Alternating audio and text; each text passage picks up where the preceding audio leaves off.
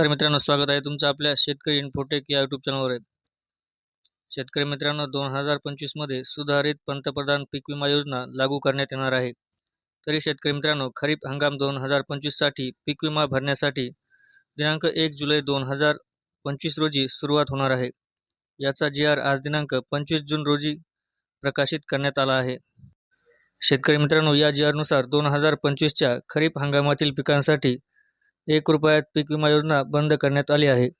त्यामुळे आता शेतकऱ्यांना विमा हप्त्याच्या 1.5% ते 2% प्रमाणात शेतकरी हिस्सा भरावा लागणार आहे आणि उर्वरित हिस्सा सरकार भरणार आहे. यामुळे आता दिनांक 1 जुलै 2025 पासून पीक विमा भरण्यास सुरुवात होणार असून अंतिम दिनांक हा 31 जुलै 2025 असणार आहे.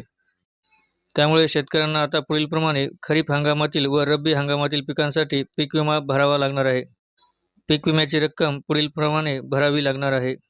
शेतकरी मित्रांनो, यासाठी 2025 मध्ये सोयाबीन पिकासाठी हेक्टरी ₹1160, कापूस पिकासाठी ₹900 प्रति हेक्टर, तूर पिकासाठी ₹470 प्रति हेक्टर, मका ₹90, उडीद ₹62, मूग ₹70, तसेच हायब्रिड ज्वारीसाठी ₹82 प्रति हेक्टर विमा रक्कम भरावी लागणार आहे.